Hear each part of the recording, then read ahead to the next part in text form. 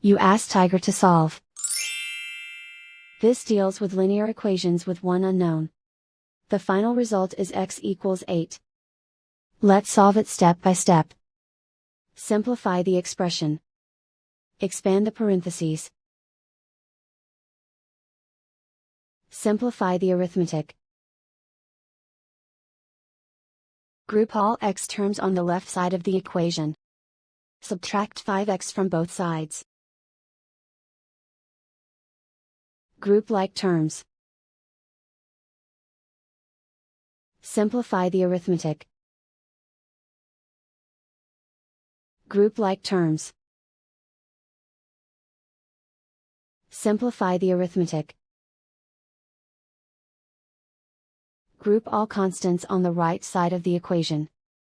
Add 32 to both sides.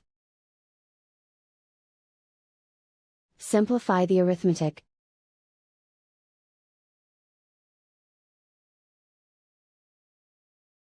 Isolate the x. Divide both sides by 3. Simplify the fraction.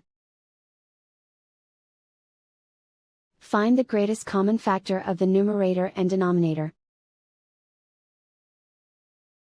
Factor out and cancel the greatest common factor.